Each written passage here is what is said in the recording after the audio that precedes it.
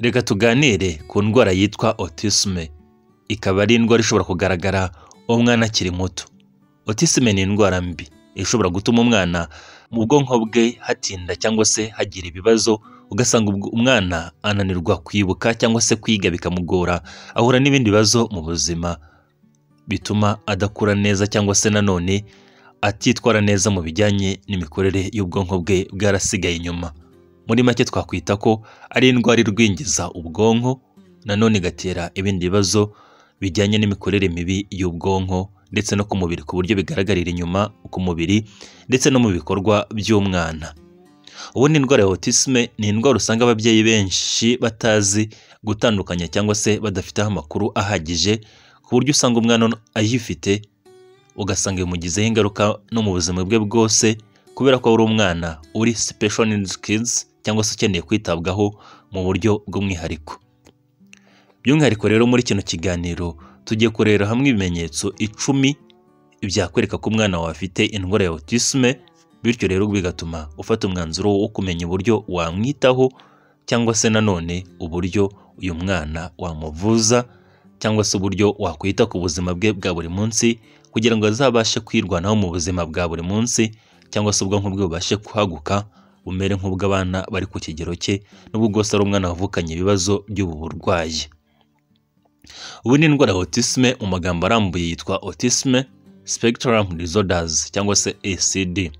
Nanone hari abavuga ko babyita nanone ADH cyangwa se autisme. Nanone ni uburwayi twagereranya mu kinyarwanda nk'uburwayi bugaragara cyane cyane mu mikorere y'ubwonko cyangwa se bugaragarira mu mikorere iri hasi y'ubwonko, aho umwana ashobora kugira ibibazo muri communication cyangwa se mu buryo aganira n'abandi, haba abana bari mu kigero kimwe cyangwa se abakuze.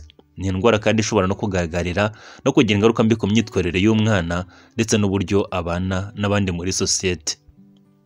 Akenshi autisme igenda ituma umwana agira ibibazo byo kutajyana n'abandi mu kwiga, bikamugora kwiga, ugasanga aratsindwa kubera ko atari ku kigero kimwe mu mitekerereze nabo, cyangwa se afite ubugwingire mu bwonko bitewe no kuba afite ubwo burwayi. Ubundi kumenya ko umwana wawe afite indwara ya autisme hakiri kare ni byiza kuko bishobora gutuma umenya uburyo wamwitaho, ndetse burya n'amashuri ya bano bana bafite indwara ya autisme, ariko akenshi usanga biga mu mashuri asanzwe kubera ko buno burwayi usanga ababyeyi benshi batazi ko n'umwana wabo abufite. Ugasanga ni umwana uhora utsindwa, kwiga biramugora, ndetse ugasanga rwose kwiga kwe no gupfundikanya kubera ko yiga atagenda kuri porogaramu ubundi yagakwiye kugenderaho, cyangwa se atari ku rugero rw'abandi bana barimo kwigana nawe cyangwa se barimo kujyana nawe. Tudatinze rero reka turebere hamwe ibimenyetso 10 byakwereka ko umwana wawe afite indwara ya autisme.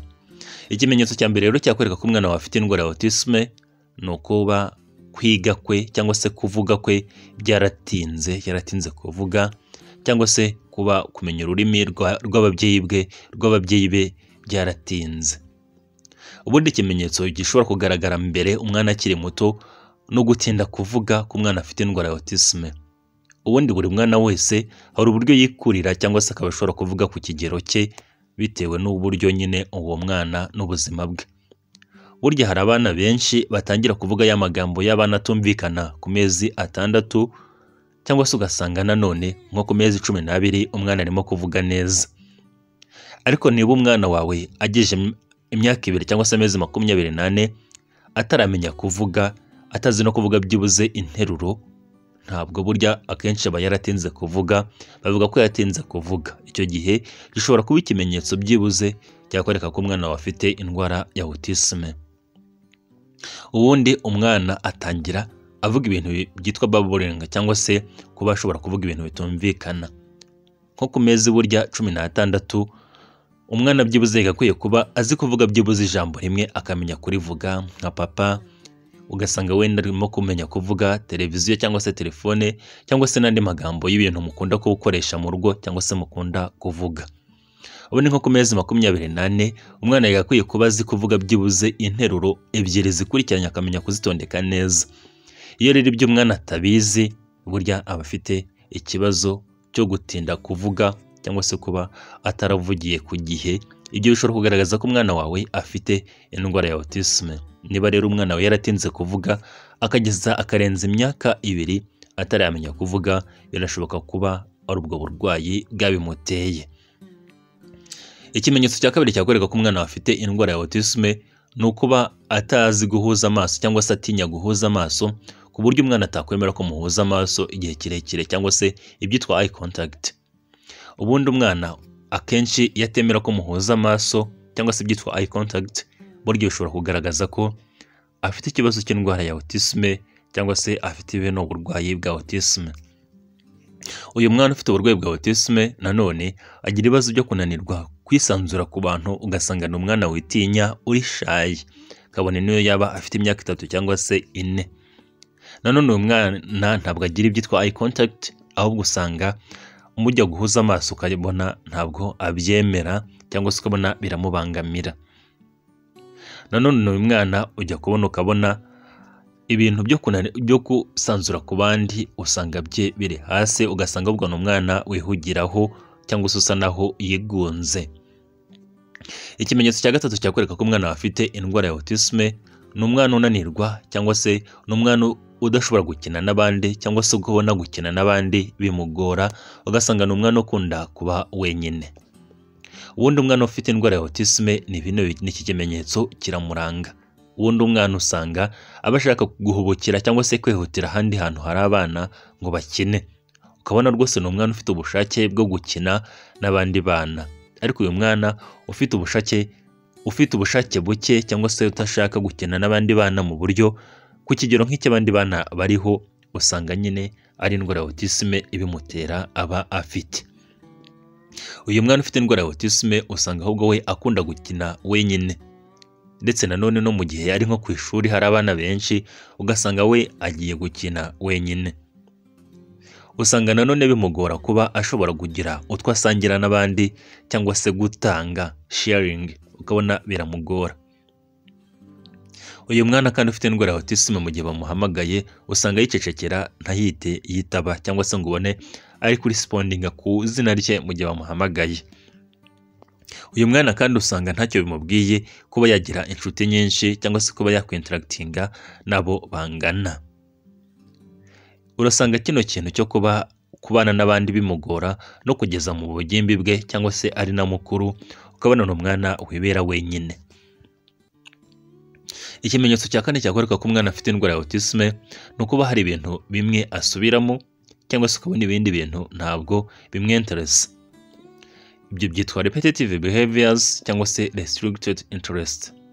Umwana ufite indwara ya autisme usanga kenshi hari ibintu akunda gukora, ukabona bidasanzwe, ukabona bikora inshuro nyinshi, ukabona ibindi ntabwo bimushishikaje. Reka dufate urugero, hari igihe umwana uzamugurira nk'akamodoka cyangwa se nk'akadege, ukabona aho kugira ngo akinishe imodoka yose se ayicunge, ahubwo agenda azunguza ipine ryayo gusa, akaba ari byo gusa akora, ntacunge imodoka ngo yenda ngo ayisunike igende.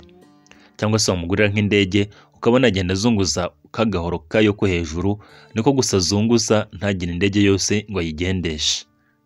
Nanone burya hari igihe usanga umwana avuga interuro imwe cyangwa se ijambo rimwe, ugasanga ahora rivuga inshuro nyinshi, ari ryo agenda asubiramo inshuro nyinshi. Nanone umwana usanga akora ikintu kimwe, nko guhora yubaka ikintu kimwe, ugasanga nk'abantu bagira nk'abana bagurirwa biriya bikinisho byo kubaka, ugasanga ahora yubaka ikintu kimwe cyangwa se bitondeka ku kigero kimwe gusa. Muri make aba afite ibyitwa consistent routines cyangwa se ibintu ahora akora igihe kimwe, ukabona ibindi ntabwo bimwinteresa.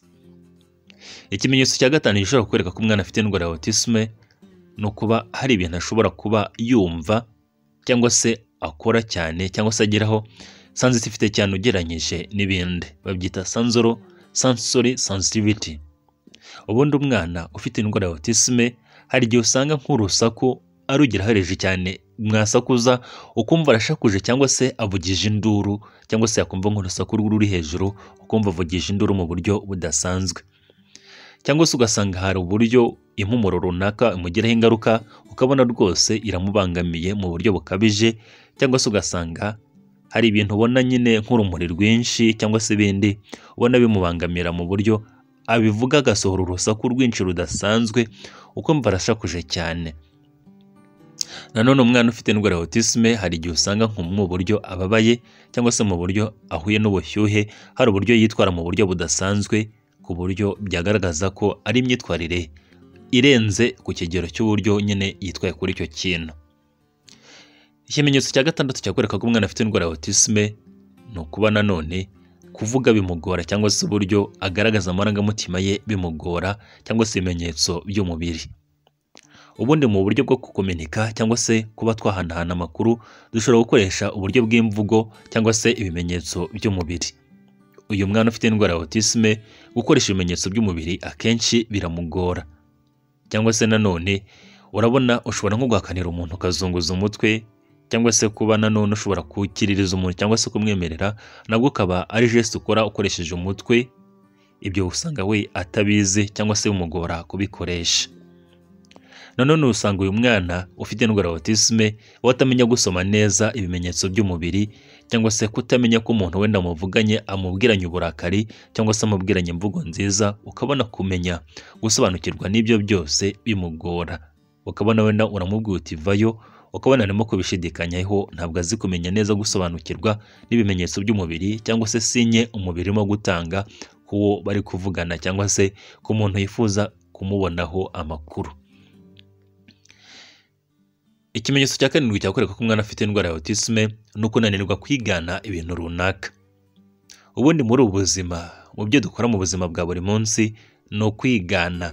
Burya n'abana rero bagenda bigana, uzitegereze nk'umwana usanga hari igihe ukora ikintu ukabona arakiganye cyangwa se nawe agerageje kugikora. Ni nabwo burya abana biga mu buryo bwiza. Burya kwiga k'umwana ariko burya no ku bantu bakuru ni ukwigana. Ntabeshya rwose burya duhanga, ahubwo nuko tubona ibyo abandi bakoze cyangwa se bakora tukabyigana. Umwana ufite indwara ya autisme ubona kwigana bimugora cyangwa se gusubiramo ibyo abandi bakoze. Usanga yewe no kwigana mu buryo bwo gukina usanga bimugora, ahubwo usanga uyu mwana ameze nk'uri kuvugira kuri telefone cyangwa se nanone hari ibimenyetso agenda agaragaza byagaragaza ko afite indwara ya autisme kandi bigaragaza ko kwigana bimugora cyangwa se usanga atabishoboye. Ikimenyetso cya munani cyakwereka ko umwana afite indwara ya autisme ni ukuba ananirwa kwita ku mutima ye cyangwa se kuba ashobora gusobanukirwa n'amarangamutima y'abandi, usanga bimugora cyangwa se kuba yamenya ko abandi bantu bafite amarangamutima wenda nk'akababaro cyangwa se bishimye, usanga bimugora. Usanga ibintu bye byose ari imikino no mu gihe abandi bababaye.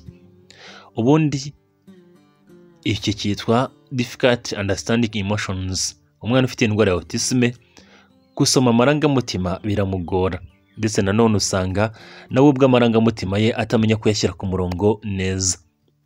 Usanga ari umwana ushobora kuba mubabaye ugasanga wiyibereye mu mikino, yewe ari n'umwana mukuru ugeze nko ku myaka 10 cyangwa se 12 ugasanga we bimugora. Usanga ari umwana nanone utagira empathy cyangwa se utagira empathy mu Kinyarwanda sinzi uburyo nabyita, ariko utishyira mu mwanya w'abandi bantu barimo, wenda cyane cyane nko mu gihe bababaye ugasanga abasha kwigishyira muri icyo kigero cy'abantu bababaye.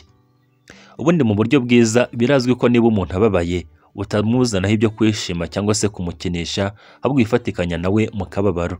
Niba ari umuntu wishimye ukagerageza ugahisha amarangamutima yawe ukifatikanya nawe muri bya byishimo. Ariko umwana ufite indwara ya autisme we ntabwo ariko bigenda, ntabwo abasha gusoma neza no gusobanukirwa neza n'amarangamutima y'undi muntu. Ikimenyetso cya 9 cyakwereka ko umwana afite indwara ya autisme ni uko usanga hari ibintu akunda cyangwa se yitashijeho cyane mu buryo bukabije birenze ikigero. Ubundi umwana ufite indwara ya autisme usanga hari ibikinisho cyangwa se toys cyangwa se ibikinisho bye akunda kurusha ibindi byose, yewe ugasanga wenda hari n'ibindi bintu akunda nk'inkweto cyangwa se imyenda mu buryo bukabije, ku buryo ibyo bintu mu gihe atabifite usanga wenda yanga nko kurya, konga kujya ku ishuri, ndetse ugasanga hari ibintu bimwe yanga gukora kandi byari bifite akamaro cyangwa se wabonaga byari ingenzi kuri we kubera ko adafite ibyo bikinisho bye cyangwa se mu gihe adafite icyo kintu akunda. Uyu mwana usanga hari ibintu agendana cyane cyane ugasanga wenda nk'ikiyiko agendana ikiyiko yewe no mu gihe agiye kwishura akagitwara mu ibage, cyangwa se ugasanga igihe cyose ahora agifashe atakirekura, cyangwa se ugasanga ni nk'akadodo cyangwa se ikindi kintu runaka wenda nk'igikinisho cye. Usanga uyu mwana nanone hari ibice by'igikinisho akunda cyane nko gukinisha, wenda ugasanga wenda afite nk'igikinisho cy'akabwa, ugasanga ahora azunguza umutwe wacyo cyangwa se akarezo kacyo, ugasanga nibyo gusa yihoreramo. Uyu mwana nanone mu gihe bya bikinisho bye bibuze akunda cyane cyangwa se cya kintu akunda cyane kibuze, usanga agira ibyitwa distress cyangwa se mu buryo bw'umujagararo, mu buryo bukabije, agize amahane mu buryo budasanzwe cyangwa se yitwaye mu buryo budasanzwe. Ikimenyetso cya 10 cyakwereka ko umwana afite indwara ya autisme ni ikimenyetso cyo kuba ashobora kwibagirwa ibintu yari asanzwe yaramenye. Ubundi abana bafite indwara ya autisme usa naho hari igihe asubira inyuma mu buryo bwo kwibuka cyangwa se mu buryo bw'ubumenyi bwe. Ugasanga umwana yarazi ibintu runaka, ahubwo yageze inyuma arongera arabyibagirwa. Ugasanga yarazi kuvuga amagambo runaka, ukongera kumuganiriza cyangwa se ukumva yarayibagiwe. Cyangwa se ugasanga umwana yari afite ikindi kintu azi wenda nko ku ishuri, hari ibintu yarazi kwandika neza, wakongera kumugenzura nko mu minsi iza iri imbere, ugasanga bya bintu yarabyibagiwe, ntabwo akizi kubyandika, ntabwo akibyibuka. Muri make ibyo ni ibimenyetso bishobora kwereka ko umwana afite indwara ya autisme. Mu gihe rero umwana afite bimwe muri ibimenyetso twakubwiye, ni byiza ko wamuvuza, wamujyana kwa muganga bakamusuzuma bakamenya ko afite koko afite indwara, hanyuma akaba ari umwana uri special needs ukeneye kwitabwaho mu buryo butandukanye n'ubw'abana mu buryo budasanzwe. Ubundi indwara ya autisme ni indwara itandura, ni indwara utavuga ngo hari imiti waha umwana cyangwa se ngo umwana bamubage ya ndwara ikire, ahubwo ni indwara ivurwa gusa no kuganiriza umwana no kumwitaho, ukagerageza kubisanisha n'ikigero cy'imitekerereze bikajyana n'ibyo umwana bari mu kigero kimwe. Indwara ya autisme ni indwara usanga igorana cyane kuba n'umuntu yamenya ko umuntu ayirwaye cyangwa se wamenya ko umwana wawe ayirwaye. Bisaba kwita ku kantu gato gato cyangwa se kuri detaye y'uburyo umwana wawe abayeho cyangwa se uburyo yitwara, uburyo agenda yitwara mu buzima munsi. Indwara ya autisme ni indwara udakwiye kugirira ikibazo umuntu yifite rwose. Iyo yabashije kwitabwaho neza, abana nayo akiga, akarangiza na kaminuza, akabona n'akazi keza. Ndetse burya n'abantu bakuru rwose bafite izi ndwara ya autisme, ndetse nanone ntabwo bibabuza gukora n'imirimo myiza cyangwa se akazi keza kandi kabateza imbere. Iyo rero wamenye ko umwana afite indwara ya autisme, ukamwitaho mu buryo bukwiye, ukagirwa inama n'abaganga bw'ubwo buryo bwakwita ku mwana ufite indwara ya autisme, bimugiraho ingaruka nziza kandi ntibimutere ikibazo kuba afite ubwo burwayi. Ufite igitekerezo cyangwa se udasobanukiwe neza muri kino kiganiro, wabyandika hagenewe kujya comment. Nanone aribwo bwa mbere ugeze ku channel, wakora subscribe.